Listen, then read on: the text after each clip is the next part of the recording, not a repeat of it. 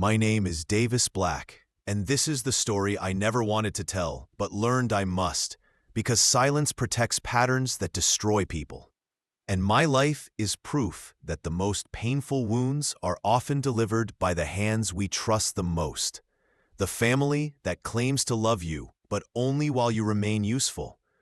I was raised in a house where love was subtle, conditional, and transactional, though I did not understand those words as a child.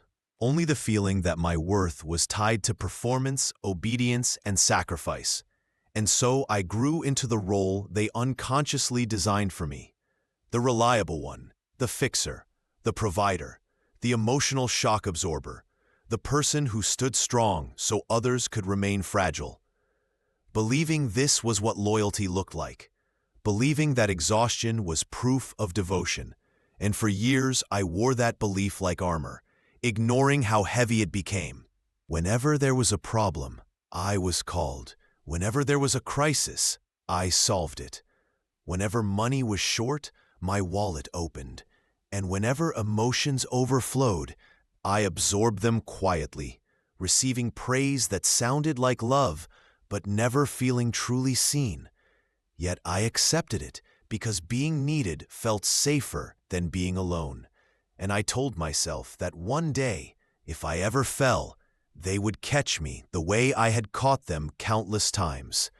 Suspense lived quietly in those years, not as drama, but as tension.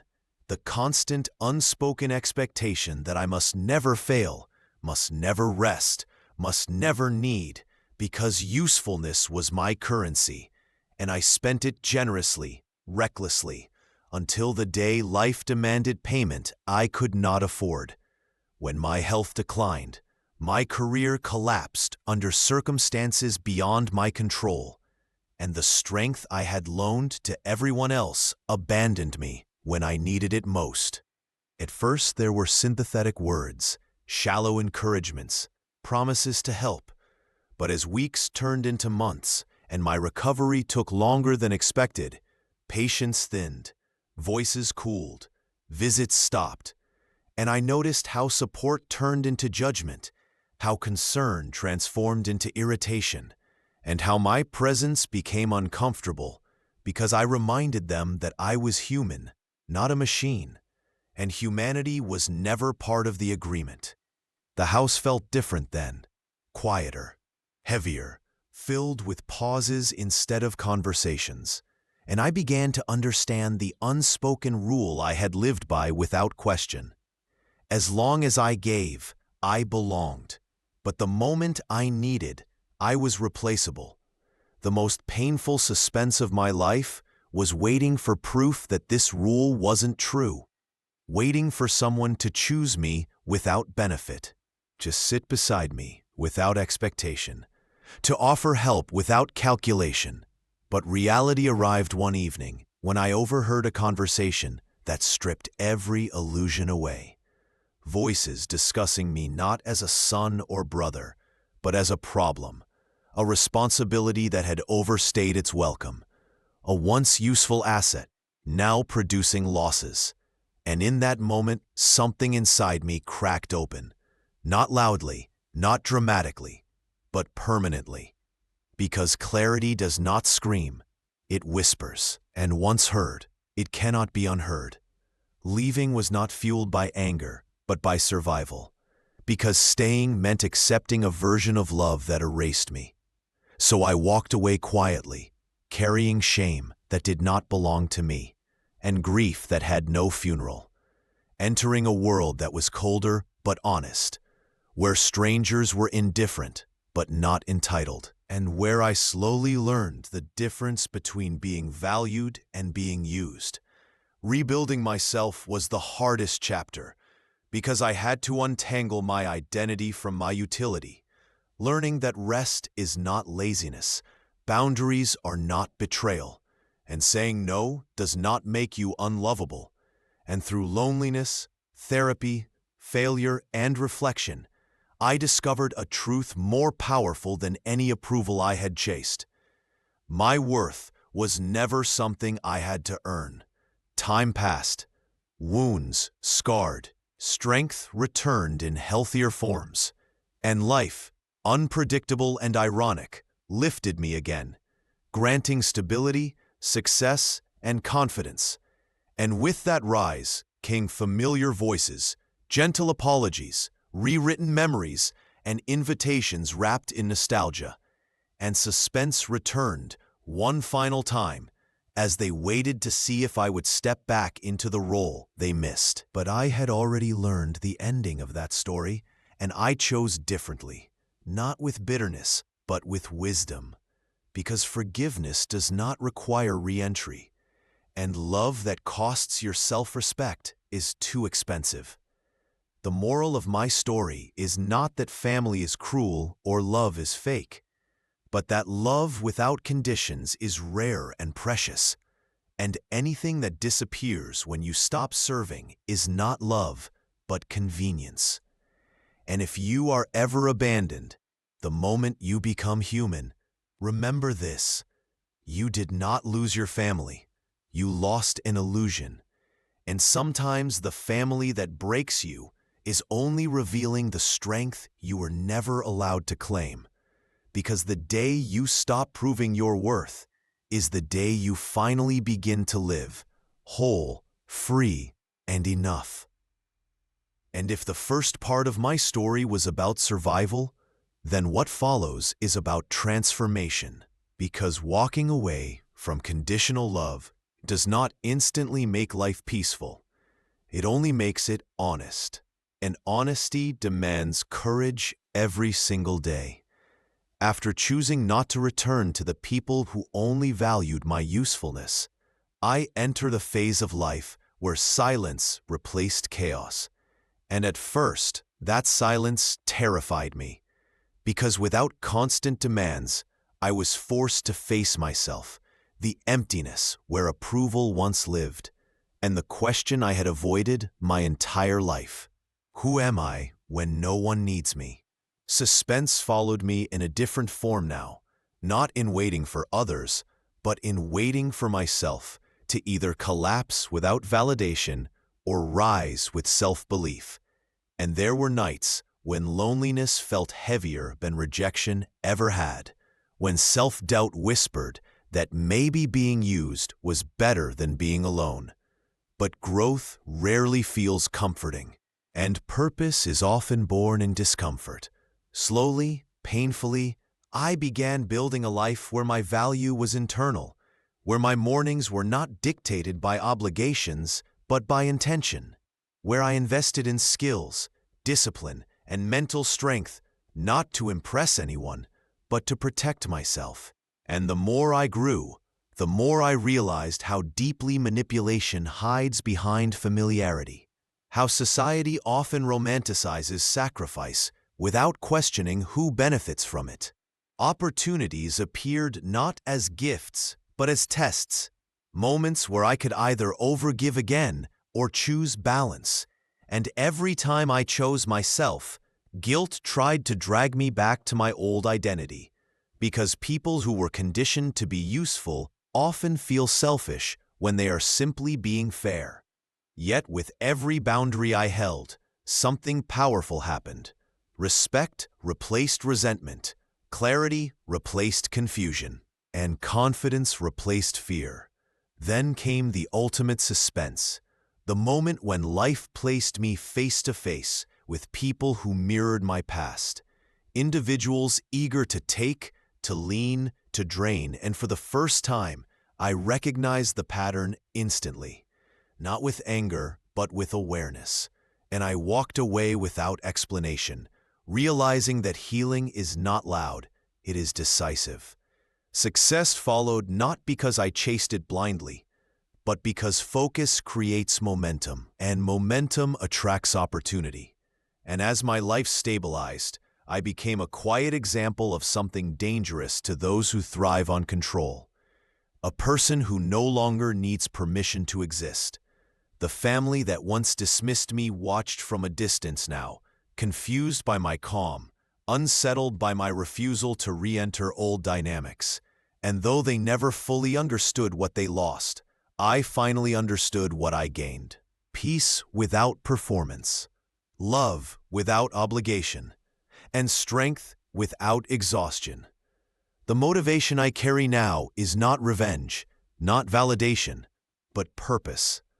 The purpose to remind others like me that being kind does not mean being disposable, that loyalty should never require self-destruction, and that walking alone for a while is far better than standing surrounded by people who only clap when you plead for them.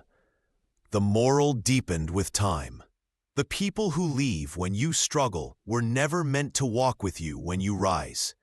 And the suspense of life is not whether they will return, but whether you will ever allow them to rewrite your worth again. Today, I stand not as the man who was abandoned, but as the man who awakened. And if this story reaches someone still trapped in usefulness masquerading as love, let it be a warning and a promise. The moment you stop shrinking to be accepted is the moment your real life begins. And though the road ahead will test you, it will never betray you the way conditional love does, because the strongest success is not becoming valuable to others, but becoming unbreakable within yourself. And the next phase of my journey began when I finally understood that healing is not an event, but a discipline, something you must choose, even on days when the past knocks loudly. Because after rebuilding myself and learning to live without conditional approval, life tested me again in subtler ways, presenting moments where comfort tempted me to compromise, and familiarity tried to disguise itself as safety, and the suspense now was internal. The constant battle between the man I had become and the shadow of the man I once was.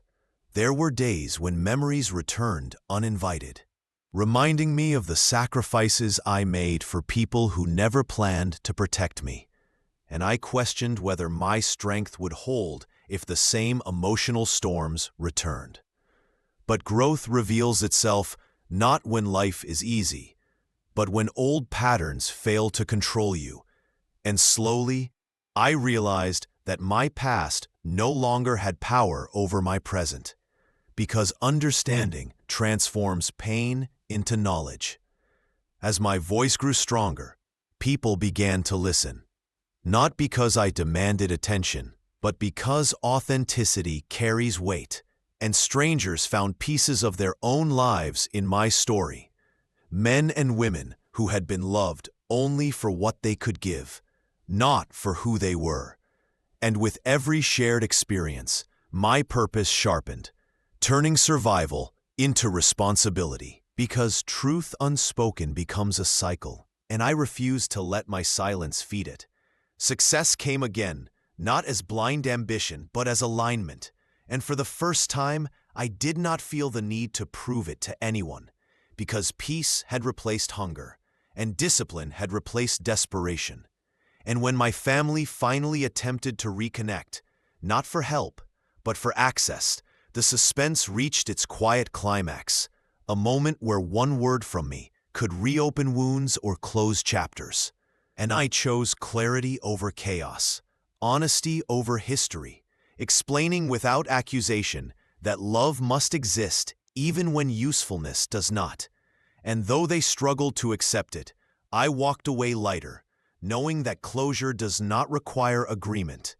The motivation that drives me now is rooted in truth, the understanding that kindness without boundaries is self-erasure, that loyalty without respect is self-betrayal, and that solitude chosen is far healthier than connection forced. And if my story carries any power, it is this: you do not owe your life to people who only remember you when they need you.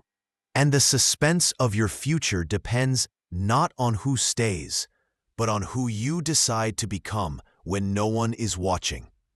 Today, I stand firm, not hardened, but honest, not angry, but aware, knowing that truth is often uncomfortable, but always liberating.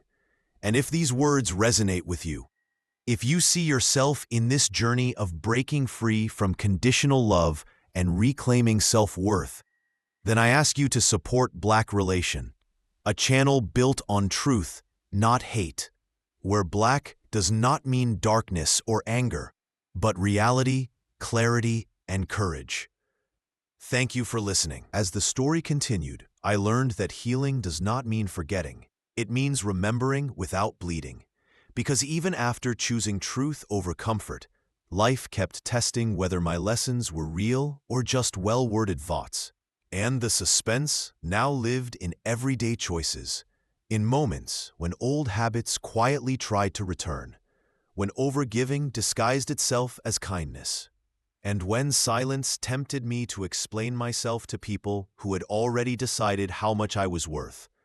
The more my life stabilized, the more I realized that growth attracts attention, not always positive, because people who benefited from your weakness feel threatened by your boundaries, and I began to notice subtle resistance, passive disappointment, and unspoken resentment from those who were used to accessing me freely. And this is where my resolve was truly challenged, because it is easy to walk away once, but it is much harder to stay firm when guilt tries to pull you back again and again. There were nights when I questioned whether being strong meant becoming distant, whether protecting myself meant losing empathy. But clarity answered softly, reminding me that compassion does not require self-destruction, and understanding does not demand self-neglect. Slowly, my focus shifted outward, not to please others, but to create something meaningful from what I had endured. And I began speaking openly, writing honestly, and sharing experiences not as a victim, but as a witness. And people listened because truth spoken calmly carries more power than anger ever could. Suspense returned in an unexpected way when someone close to my past reached out, not asking for help, not seeking benefit, but admitting regret without excuses. And for the first time, I faced a different kind of decision, whether my boundaries were walls or doors. And I realized that wisdom lies not in permanent distance, but in selective closeness, choosing who earns access to your life through consistency, not history. Motivation deepened as I saw how many lives were quietly shaped by the same pattern I survived. People exhausted by expectations, trapped by loyalty, and afraid to rest because rest had always been punished. And I understood then that my story was no longer just mine. It was a mirror, reflecting truths many were afraid to name. Today, I live with intention, not rushing to prove, not bending to belong, and not shrinking to be accepted. Because peace earned through honesty is stronger than approval earned through sacrifice. And the greatest suspense of all is not whether others will change, but whether you will continue choosing yourself when it matters most. Because freedom is not loud. It is consistent. And the life you build after breaking free from conditional love may be quieter, but it will finally be real. My name is Davis Black, and before this story fades into silence, I want to speak directly to you, not as a narrator, but as someone who knows what it feels like to be unseen, unheard, and used. Because stories like this exist for a reason, not just to be listened to, but to awaken something real inside you. And if even one line reflected your life, your pain, or your strength, then this journey has already connected us. And that connection deserves to continue. Which is why I ask you to support Black Relation 20, a channel built on truth, not hate, where black does not mean darkness but reality, the kind of reality that society avoids but souls recognize. So if you believe in stories that speak honestly about relationships, self-worth, betrayal, healing, and growth, then like this story to show that truth still matters. Share it so someone silently suffering can realize they are not alone. And subscribe to Black Relation 20 to become part of a community that values awareness over illusion, strength over silence, and truth over comfort. Because algorithms may promote noise, but people promote meaning. And every like, share, and subscribe is not just support for a channel, it is a stand for honesty, a signal that real stories deserve real space. And together, through Black Relation 20, we can turn pain into understanding, experience into wisdom, and truth into something powerful enough to change lives.